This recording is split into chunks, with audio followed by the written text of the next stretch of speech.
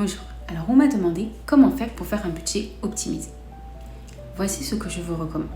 Premièrement, commencez par identifier les revenus que vous pensez que vous allez générer sur 2024 ou 2025. Pour cela, vous pouvez vous baser sur les informations de l'année dernière, notamment la saisonnalité de l'activité, afin d'identifier combien vous allez pouvoir vendre, et également sur les prix que vous avez définis pour cette année ou l'année prochaine, afin de calculer vos revenus potentiels. Deuxièmement, il faudra identifier les dépenses ou les charges que vous allez être amené à payer dans le cadre de la continuité de votre activité.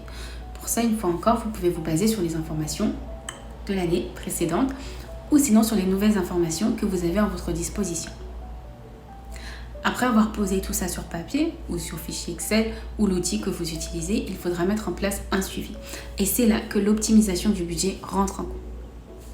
Pourquoi ? Parce que l'idée est que lorsque vous allez mettre en place le suivi, vous allez comparer le réel avec le budgété.